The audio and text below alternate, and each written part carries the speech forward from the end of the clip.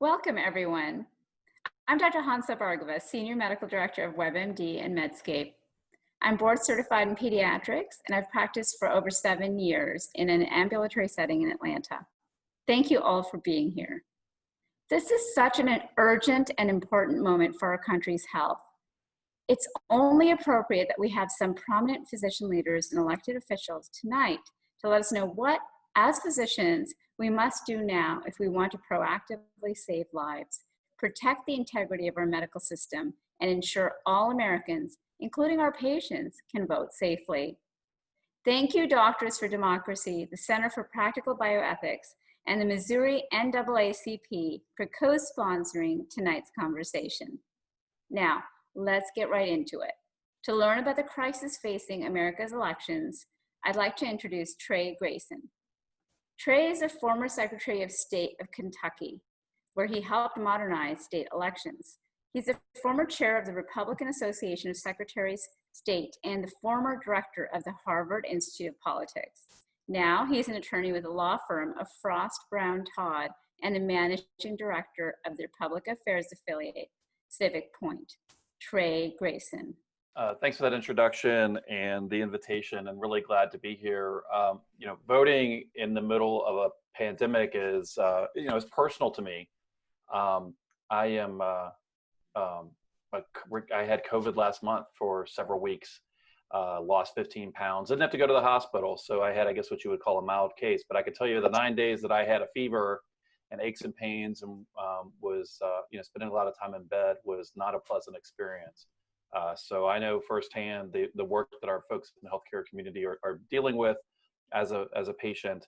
And, for the last couple months, really since the pandemic started, I've been working to try to help election officials, citizen activists, members of the media, and others to engage and help us transform our elections so that we can vote in the middle of a pandemic. And we've got a couple of challenges. One thing we know that our normal way or historic way of voting, which is to vote on election day in person, has been gradually changing anyway. Many states vote only by mail or in advance of election day. The majority of states allow voting early, all of which can take place without an excuse.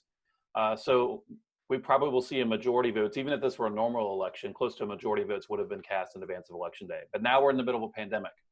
We know that we cannot have everybody come in and vote in person for a whole host of reasons. Voters, social distancing is challenging. We create really long lines. We have poll workers who would be exposed and voters who would be exposed. So we're trying to, especially in those states that are traditionally election day voting, we need to work with them to have more vote by mail and have more early voting. It's expensive, and this is where you all are going to come in a second. But let me talk about why it's expensive. So if you're a state that's making this conversion, you don't have the equipment, you don't have the training, you don't have the personnel, you haven't transitioned, you don't know how to plan, you don't know what the percentage of people are going to vote on election day or in person in advance or by mail, the way states that have done this for several election cycles. So you're going to have to make sure you have resources in all three areas. That costs money. You also cannot invest in the technology because you don't know whether this is going to be a one-time thing or a two-time thing or a permanent shift. So that requires you to pay personnel. You're going to have to just do things by hand. You're going to have to count more ballots by hand. You're going to have more people available. Poll workers, probably many jurisdictions are paying their poll workers more money because it's essentially hazardous duty pay. And while no jurisdiction ever treats them really as volunteers, everybody's always gotten paid. It's not a lot of money that you get for the service as poll workers. We're going to need a lot of new ones, and we need to incent folks to spend that day to expose themselves, and that's going to take money. You might need to build a portal so people can request an absentee ballot or track it through its process. That costs money. So there's a whole lot of things that take money, and that's just the vote by mail piece. And then on election day, or in advance of election day, but in-person voting, you need PPE. We don't have PPE for most poll workers. They don't need that kind of stuff on a normal election, but they're going to need it whether it's early voting or whether it's in-person voting. Rent. A lot of our polling stations traditionally are in government buildings or schools or churches, and they don't really charge anything. Well, some of those places aren't going to be available. So some of our election administrators might have to actually rent their facilities. So that costs some extra money. signage, marker, signs on stickers on the floor, all these things all cost money. And this is where Congress can step in.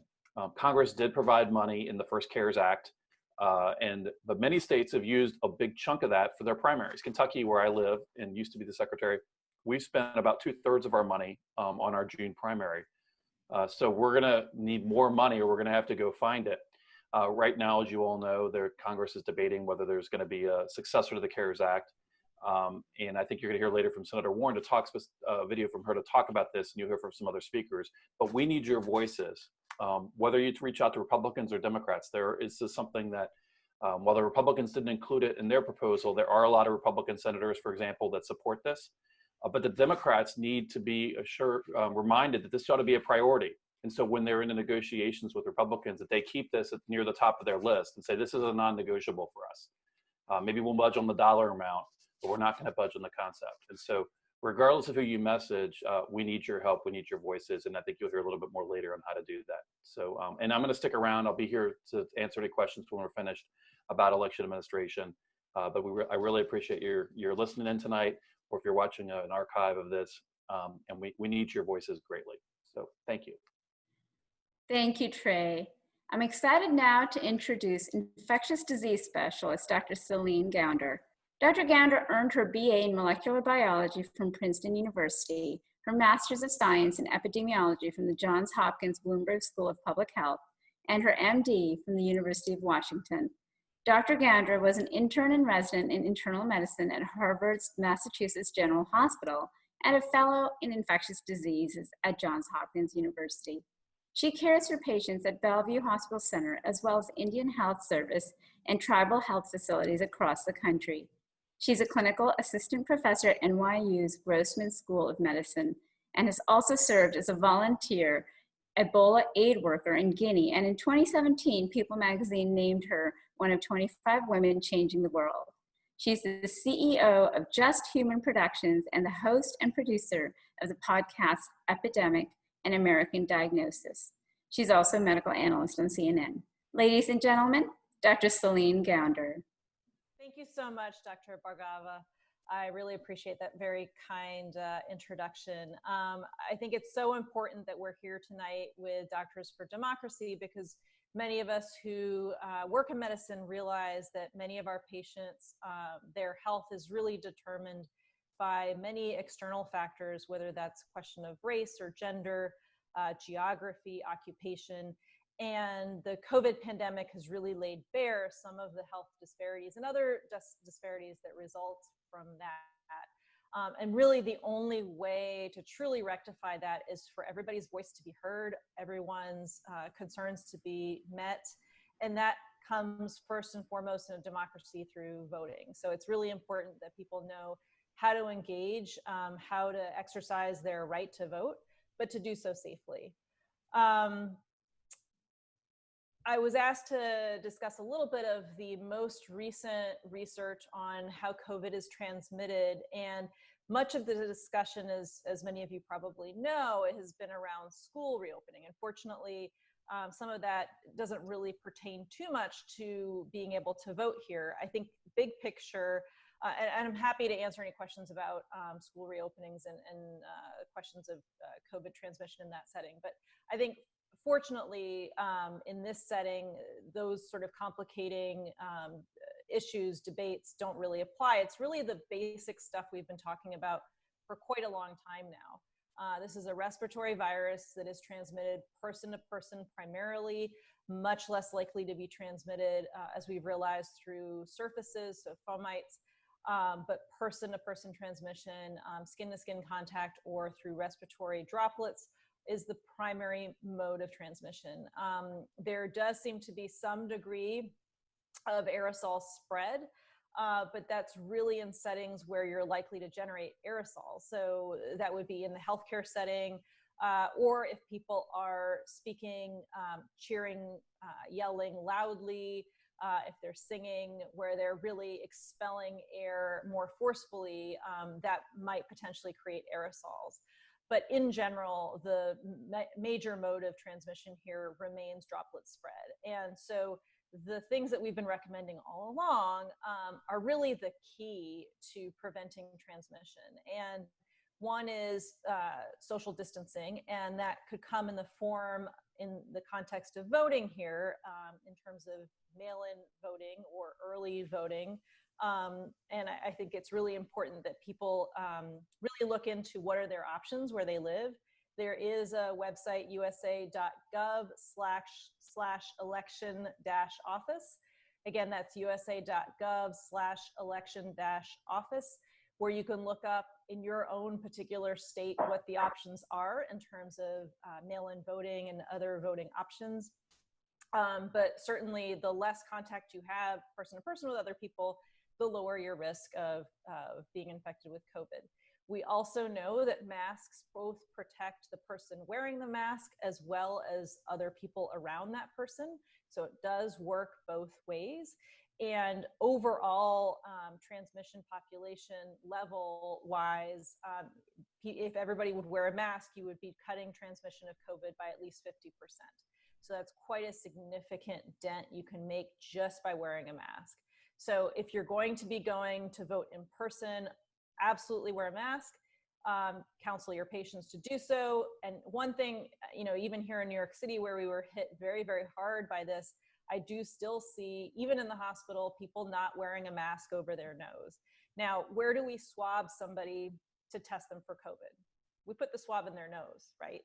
So if you have an infection with COVID, it's in your nose. So it's really important to educate people and to role model this yourselves about, if you're wearing a mask, you're wearing it over the nose and mouth. Some of the other things that might be considered in this setting, in addition to wearing a mask, in addition to either staying 6 feet apart from others or simply just exercising your right to vote through mail-in voting, would be to make sure you bring some hand sanitizer with you. And I'm hoping that these polling stations try to ensure adequate ventilation. It could just be keeping windows open and doors open to have cross breezes, but that can really make a significant impact. As somebody who worked in tuberculosis work in sub-Saharan Africa for many years, I can tell you that was a major mainstay of how we would control infection in healthcare facilities, where even if you don't have a lot of resources, if you open windows and doors, it can make a big difference. For people who are especially concerned about how to protect themselves, who may be especially high risk, we do know the virus can be transmitted through mucosal membranes such as your eyes. So if you're not wearing glasses, maybe consider wearing goggles or a face shield, especially if you're somebody who's elderly with multiple chronic comorbidities, medical conditions that would put you at higher risk for severe COVID disease. And I think another important thing to think about is to really limit the people going to polling sites to the people who are actually going to vote. So this is not the time to be bringing children with you, and I know that makes it more challenging because of the childcare issues involved. But that may be a situation where you really try to plan ahead and make sure that you don't have to bring anybody along with you except for who is literally going to be voting at that time.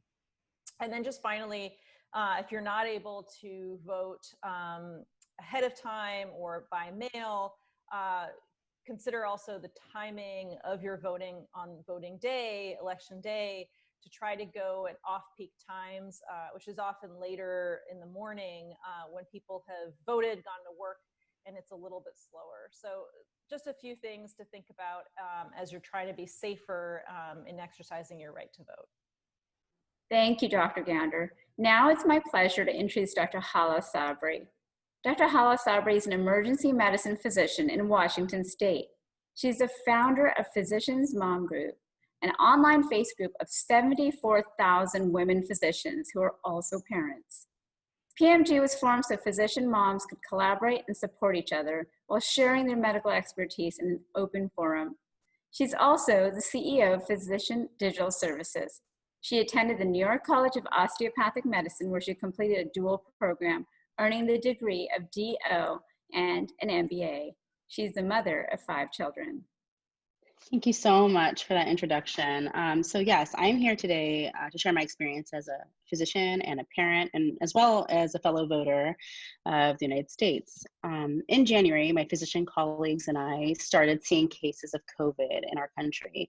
We further saw the destruction as it has caused for our community's health, which has had a domino effect in almost every aspect of our lives, including employment, social outings such as weddings and parties, our children's schooling, the economy, and now the election that is taking place in November. Healthcare to me is a priority, and it's a right that every human deserves. I did emergency medicine training, and throughout all my schooling and 10,000 hours of training, I have seen so many diseases, and they all start with the same treatment plan. It doesn't matter if it's cancer, if it's allergies, a sunburn, trauma, or anything else that the human body can endure. The first line of treatment for every disease is prevention.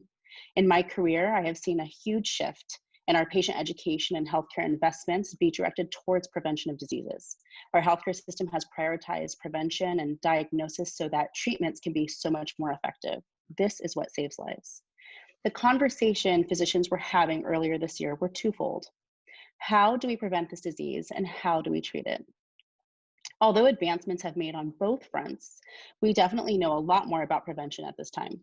These conversations I'm referencing were not just anecdotal accounts of myself discussing with my friends or my coworkers, but no, it was that of thousands of physicians. As it was mentioned, I'm not just an emergency medicine physician who happens, but I do happen to wear another hat as a community leader.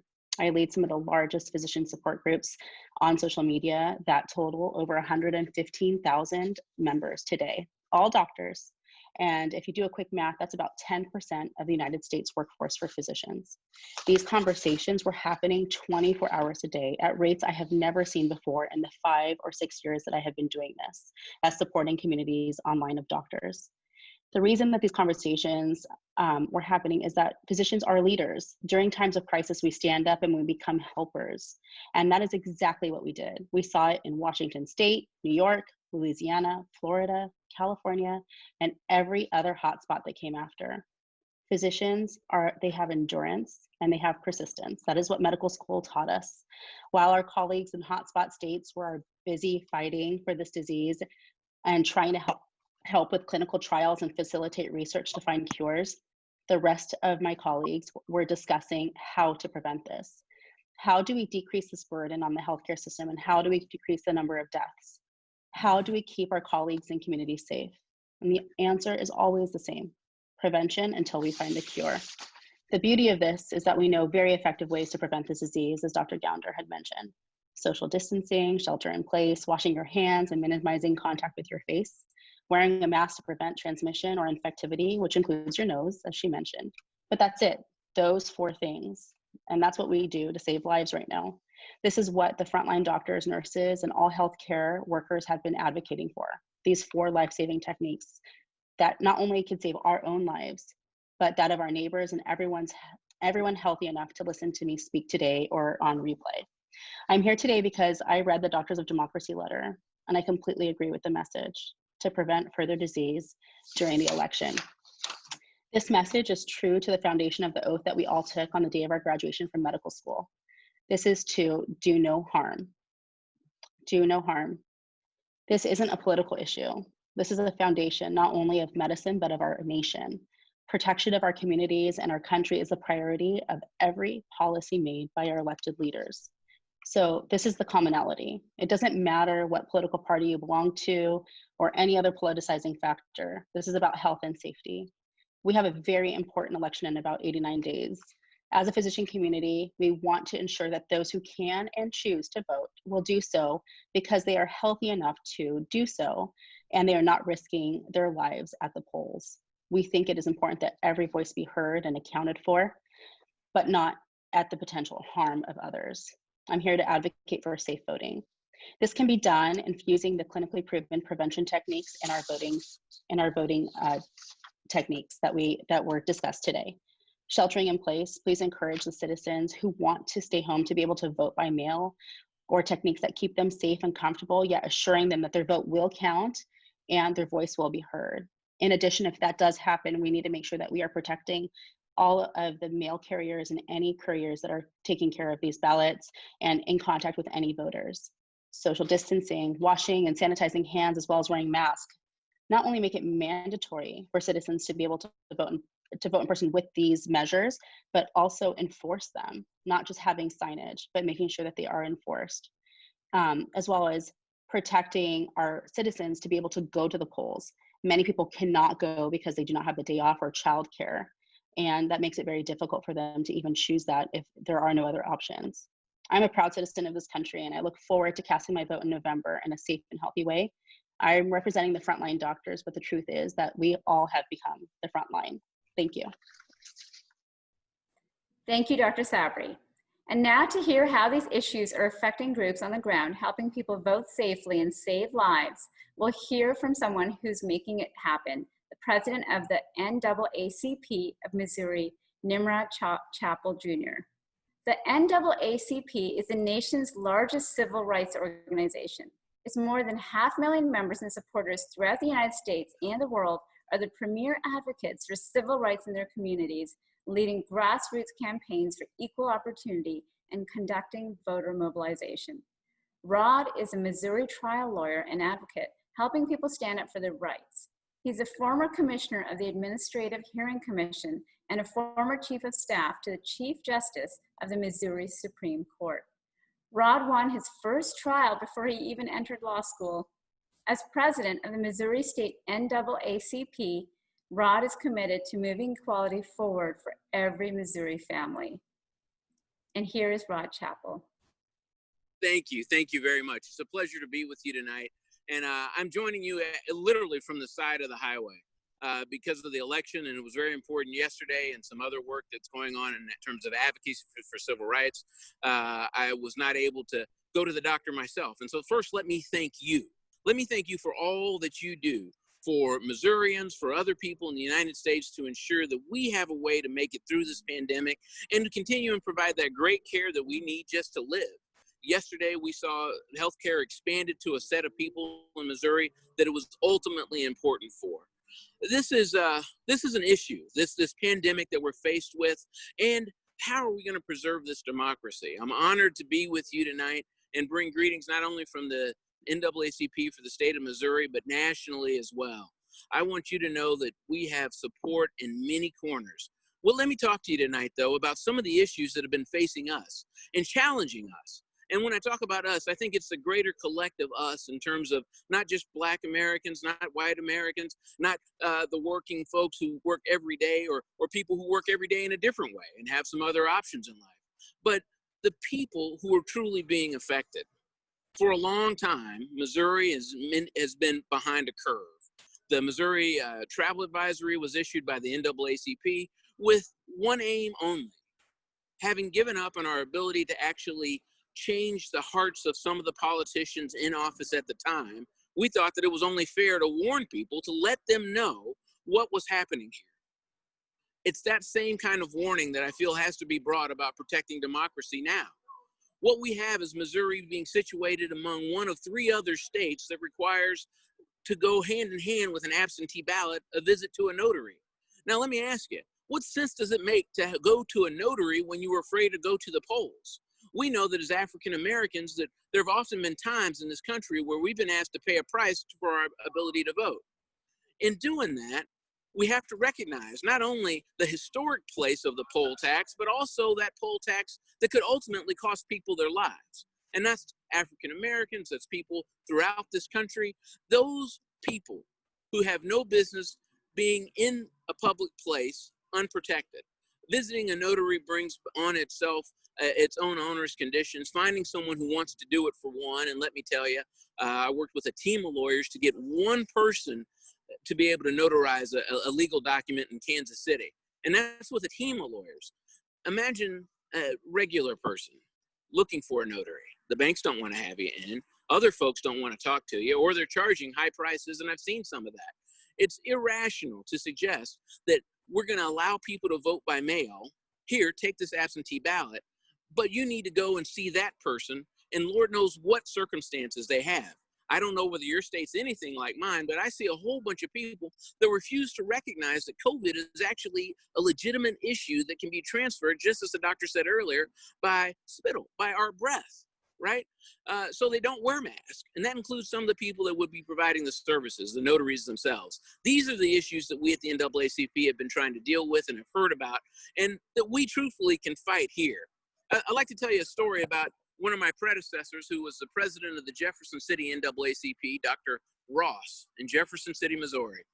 He was a doctor too. And I tell you what, I'd like to think that I'm leading in his example, and especially tonight. What he was able to do in Missouri was galvanize, especially in Jefferson City and mid-Missouri, doctors around core issues. Not just civil rights issues, not just medical issues that you see every day, but the combination of the two and the unique interplay that they have. Because I know that Missouri is not unique in this way. Minorities typically have disproportionate outcomes that are of a lower quality than other populations. Now, there are a lot of reasons that go into that, and being a part of the NAACP allows people to see those a little better. And so that's what he did. He brought doctors in, people that he worked with, people in the hospitals that he worked with, in the surrounding communities. And so we had a great base of doctors that lasted for about 20 years. Many were members or life members. And it wasn't just come to a meeting. It was share your knowledge. Meet the people that you serve and that you help on a daily basis. Find a way to play a legitimate role in their life other than your typical role, which is so important. I mean, if I had the ability to save lives, and let me tell you, after listening to the presentations that were going on earlier, I just wish that I had taken chemistry a lot more serious, because I love the work that you do. But with the NAACP, you can reach a group of people that otherwise they might not be reached. Some people, African Americans in particular, really do wonder about what is high blood pressure? What does it mean? And what does it lead to? I've seen the results firsthand. It's that kind of fundamental education about that and diabetes that was transferred for decades in my little area. And so let me invite you to join that conversation if you haven't already. If you want to get connected with the NAACP or another civil rights organization that is near you or close to you, or just find out more about it, you can certainly, reach out to me, Nimrod Chapel. There are many ways to find out, contact the NAACP. I'd be happy to help in any way, though. But let me go back to the poll tax, because this is something that, like I said, is near and dear to my heart. The idea that when my grandmother, who in Oklahoma picked cotton so that she could fund litigation that later became known as Brown versus the Board of Education, she had to go to a different post office box in a different city to mail it, simply so that she wouldn't, and her family wouldn't, be attacked for having participated in that. The poll tax is so similar. The idea that you go to a poll and that you're going to have to pay, right? And so normally, unless you have a smartphone or the ability to access it, technology and some of the platforms that I'm going to talk about here in just a second, it is so important to recognize that there are costs, right? Do you have to pay for the notary? What about the stamp? Do you have a printer to print out the form and send it back? Those costs, a computer, some kind of an internet line to allow you to have connectivity to be able to do all this. These are hidden costs that a lot of us kind of take for granted. I can't imagine what my house would be without internet, mostly because my two young boys at age 12 and 7, I don't know what they would do with their time. I mean, how would they watch TikTok? But really, we've got to ask ourselves, is it worth paying the ultimate cost? That we're going to ask people to die to exercise their franchise, that the right to vote could literally cost people their lives. It's incredible that we're there in this day. Well, with my last few minutes, let me share something with you. The work that the NAACP has been able to do with movote.org has been incredible. That is a platform that allows people to vote. Now, we've seen that it usually costs about $3 for each person to vote. That's basically what it costs in terms of engineering the platform and allowing people to do that. Most of you paid about that same amount already, or have donated that amount to be on this call, and some of you much more. And let me say first, thank you about that, because we certainly appreciate everybody who's already participated. But if I had another ask, other than follow the example of Dr. Ross and that kind of leadership within the community that we're all capable of, let me ask you, what can we do together right now to provide another 1,000 people to be able to vote? If we were able to raise $3,000, that would fulfill the ability of another 1,000. You know what that does in a small town like Jefferson City? That changes the election completely. You know what that does in a large town like St. Louis or Kansas City or Columbia, just to name a few in Missouri? You shift elections. And what you really do is you build power by allowing people to participate in their democracy, to have control over their lives. And that's what we're really talking about. So each of you should be receiving a link any moment. And I'm going to ask you, if you would just consider, donate $3, $30, $60, $600, $6,000. Find a number for you that makes sense. But if you can kill that link that should be coming to you right now and do it now, we would sure appreciate it. It will make everything. Now, you may see a thermometer popping up on your screen. I'm trying to see it. Hey, I think it's coming. And this is the link that we've been waiting for. This is our opportunity to make a difference in a fellow human being's life. Now, I know that you all do so much already, and if I had the ability to provide life-saving care to people, I would do it. As a lawyer, I find myself often trying to solve people's problems. As a kid who never liked word problems growing up, it's all I do all day. And I know that you all have to sort through the words to be able to find the answer. The answer tonight is $3, is $6, is $9, $90. I'd love it if we can call out some of the names as people donate. My screen is tiny, but I'm trying to make it bigger. This is one of the things about being on the side of the road. Hey, we are already having people that are donating. So if you haven't already, go ahead and do it. It feels good. It feels good. And let me tell you, I know that for most of you to say, hey, can you donate $3?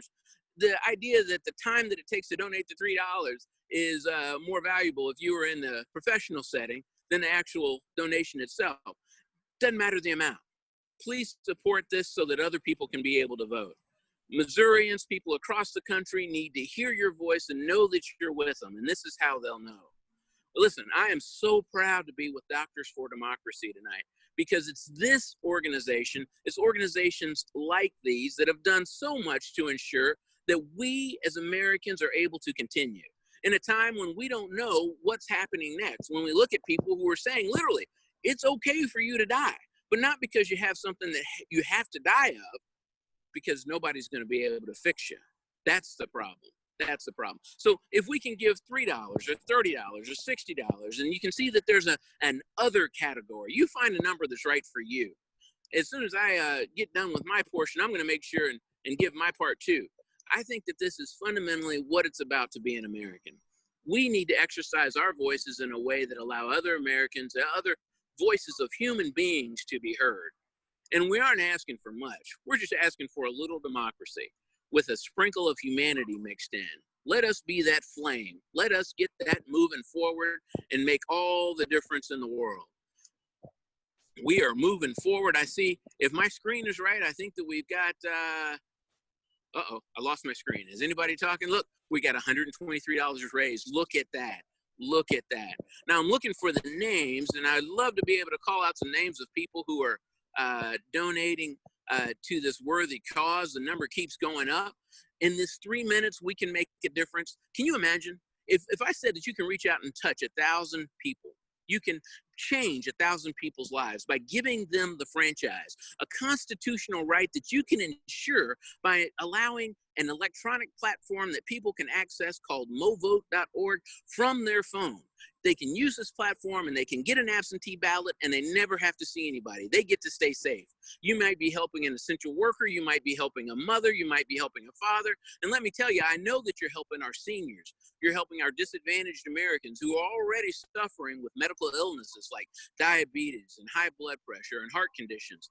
You're making a difference in somebody's life. Let's do that together. We're at $123. I'm waiting for that number to increase. We're almost at our $200 goal. Are we going to race past that? I think we can. I think we can. We're at 123 right now. Let's keep moving forward. This is one of the things about building a movement. There are going to be people that who in your life you've heard talk about the March on Washington, about their fight for civil rights during their time. This is going to be part of our story from tonight and other nights. If you share the link, you share the information so that other people can participate in this democracy in a way that has a real change for other people.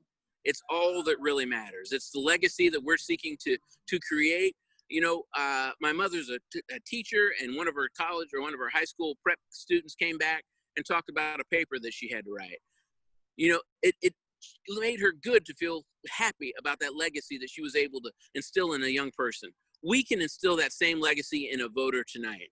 And I tell you, tonight's a special night for me. It's an anniversary with my beautiful wife, Denise. This is 14 years. I can't tell you that this COVID beard is what 14 years looks like, but it is what being safe looks like. I refuse to go to the barber. So let me ask everyone, please take this next minute, just click the link.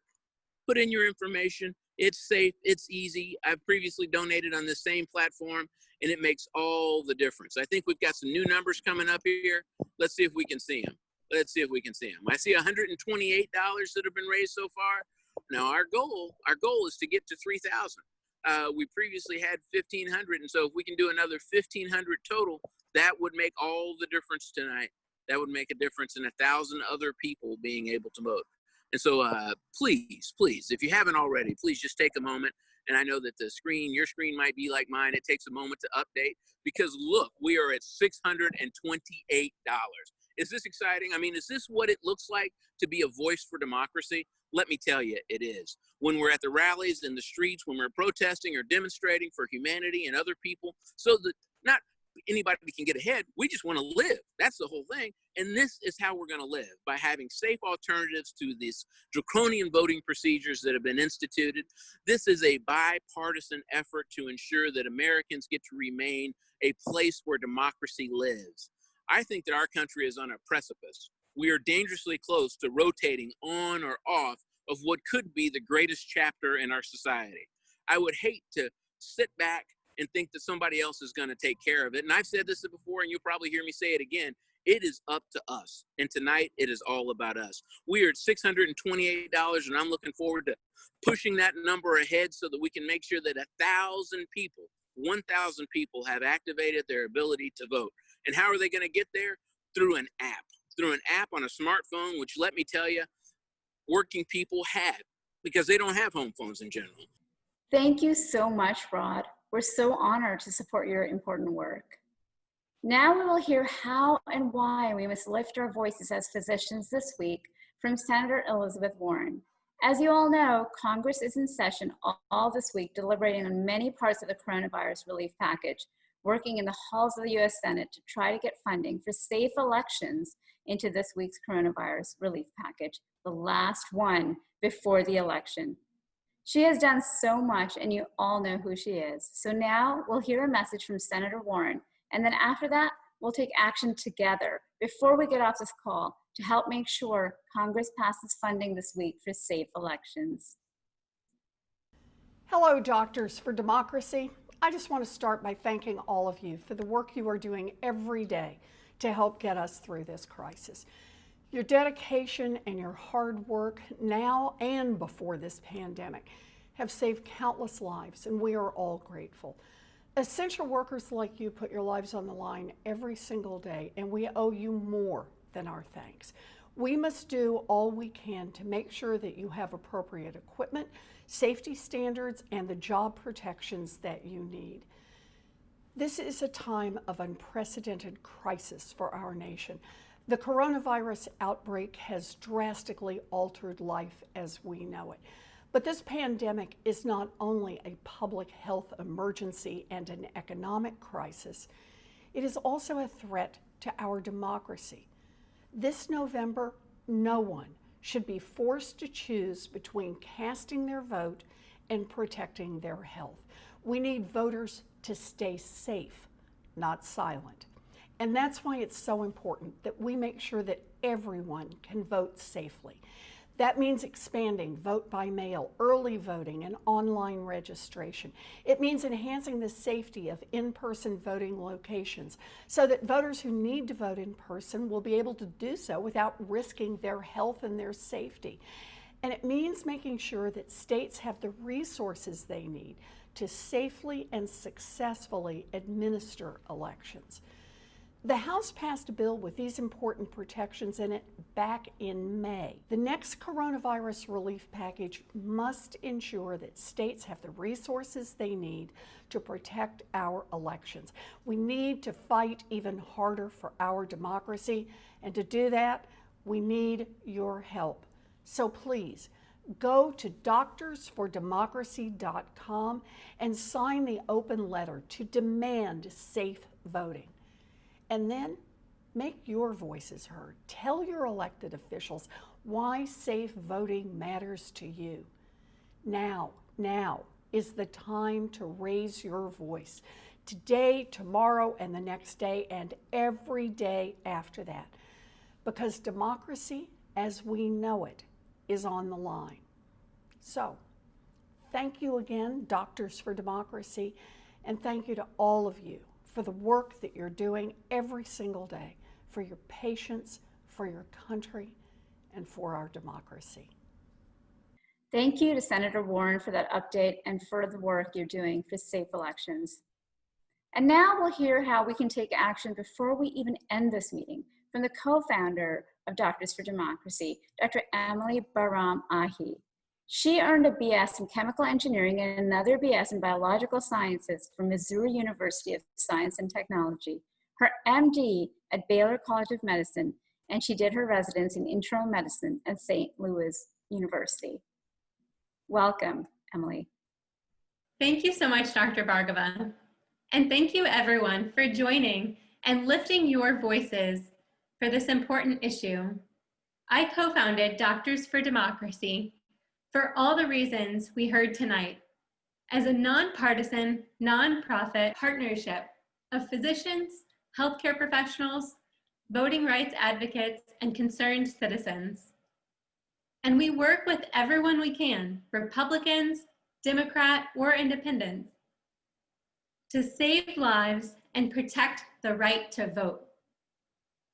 Our coalition had a very productive conversation personally with Senator Roy Blunt, the Republican senior senator from Missouri, chair of the Rules Committee, and a former election official himself. We believe we can get this funding into the aid bill if we continue to work together and demand that Congress act now.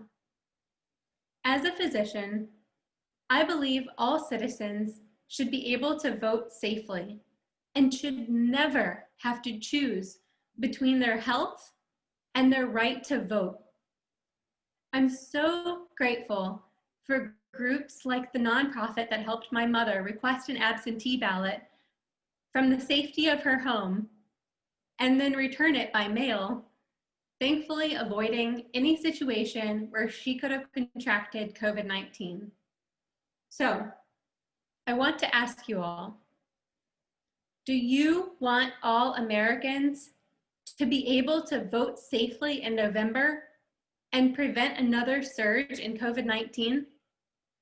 If so, then it's time for us to pick up the phone and leave voicemail messages for our senators tonight before they vote on whether or not to provide funding for safe elections. We'll put the phone number and bullet points on the screen in just a moment and ask you to call the U.S. Senate switchboard. You'll call and ask them to connect you with a senator from your state. Then, in your voicemail message, make it clear you're a constituent by giving them your city, zip code, and phone number. If the first Senate office you are connected with does not let you leave a message on their answering machine, just hang up, then call back and ask for the other senator from your state, the junior senator. Okay, now we'll put the information on the screen and we will all mute for 2 minutes while we leave those voicemails. Then come back and type to us and let us know how everything went, and we'll open it up to questions.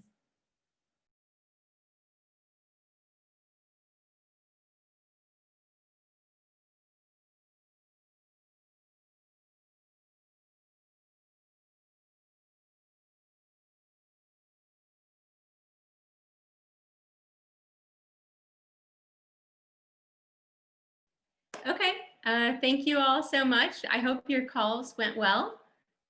Please type in the comments to let us know how it went, and feel free to call again tomorrow to speak with your other senator. We'll send out an email tomorrow encouraging all Doctors for Democracy to call. Please forward that email to your colleagues and ask them to sign the open letter at doctorsfordemocracy.com and call their senators. I also want to thank our esteemed leaders here tonight, Dr. Bhargava, Secretary Grayson, Dr. Gounder, Dr. Sabry, Mr. Chappell, and Senator Warren. Thank you all so much. You're all so awesome. Thank you for educating us here tonight on this critical issue. And thank you to all of you for all you do every day to help protect our patients and our democracy. Now it's time for questions, so I'll turn it back over to Dr. Bhargava. Thank you all again. Thank you, Dr. Bahram-Ahi. Thank you to our wonderful experts, speakers, and change makers who are ensuring we have safe elections this year. Remember to call your senators tomorrow to support safe elections and forward the email to your friends to do the same. Thank you for all you do every day to care for patients and keep America healthy. Stay safe and good night.